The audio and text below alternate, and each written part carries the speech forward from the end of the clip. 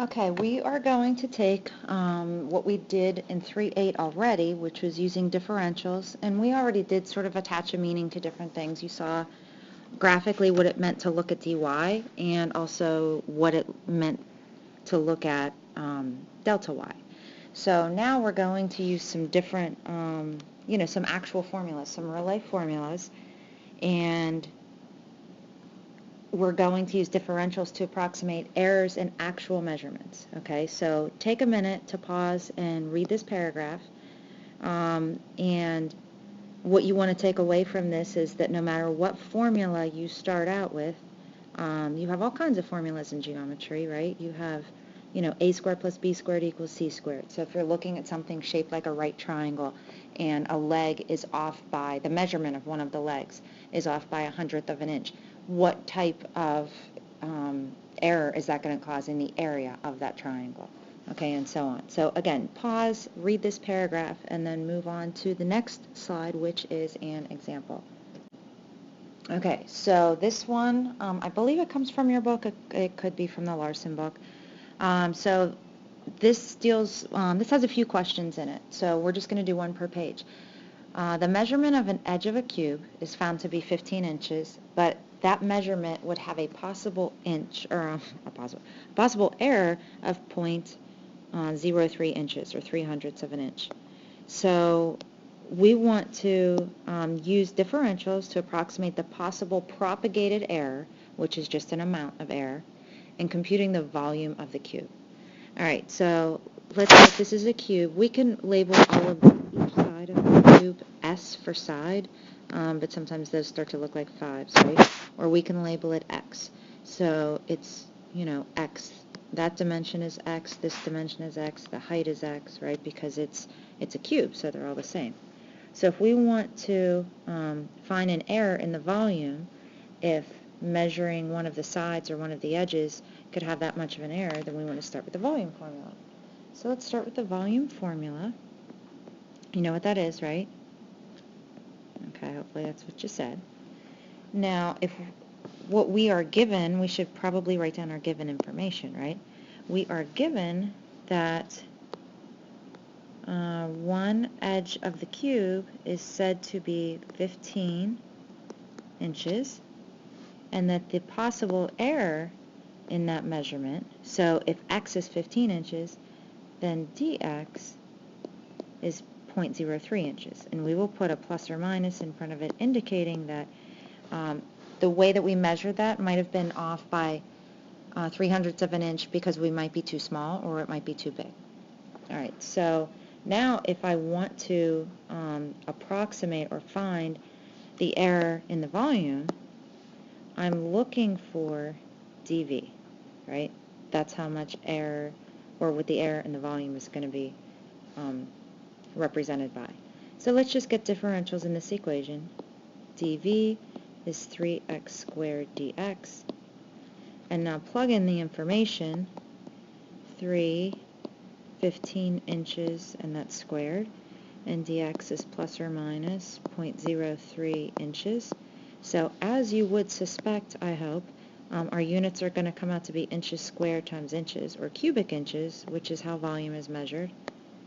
And let's get a final answer. Okay, hopefully you have your calculator handy. I just did mine on mine.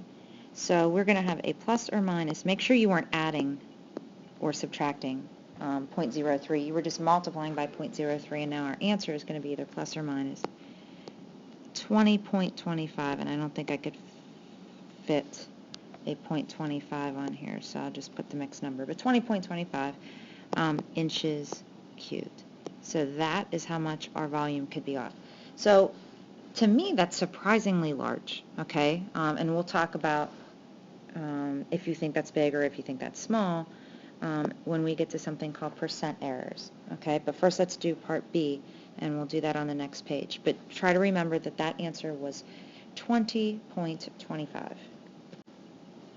Okay, for differentials, if you want to use those to approximate the possible propagated error in finding the surface area, then I now want to find the surface area. So I'm going to denote the surface area with the variable SA, And I'm going to start now with an equation for the surface area. So again, if each edge is x, what is the surface area? Well, the surface area is the area of all of these put together, right? So you have this, I guess you can't see red on red. It's the area of this side, and this side, and this side, and so on. How many sides are there to a cube?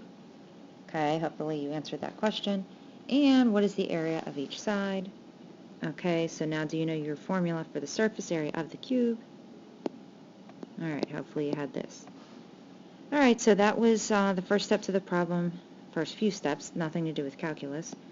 Now let's find the error in the surface area by differentiating and using differential notation. So in this problem we have 12 times 15 inches times plus or minus 0.03 inches. And again, hopefully you realized what the units were supposed to be for area. It would be inches squared.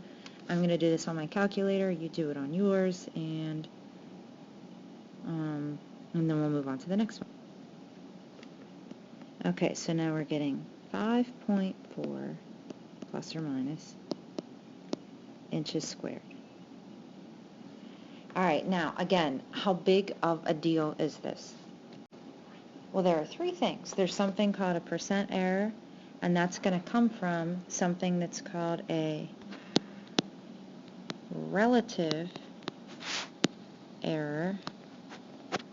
And then the third thing is what we've already found, which is propagated error or amount of error. Okay, a relative error means how big of a deal is this? And I think I've already said that, right? So you know in part B what your amount of error was. It was dV. Now we want to compare that to what is the volume supposed to be if there is no error. Alright, so the amount of error, possible error, was up to 20.25 cubic inches, but the actual volume of this cube, if there was no error at all in the measuring, would be what? 15 cubed, or 3,375 inches cubed. Now again, they both have the same units, so they will cancel out, and this will just give you a ratio. Alright, hopefully you divided this yourself, and you're getting 0.006. So as high as 20.25 sounded to me, 0.006, which would translate into, for a percent error, let me change my color. This is how you would change your decimal to a percent, right? So that would be a 0.6% or 0.6 or 3/5 of a percent error. And that's how you calculate a percent error. Now that is for part A. For part B, maybe I'll leave that one up to you and ask you on Monday. So you want to first get the relative error, and then get what the surface area would be if there was no error at all. That would give you your relative error, and then translate that into a percent error. Alright, so you remember now the rest of the homework was numbers 16 through 20 from section 3A. You can now finish those.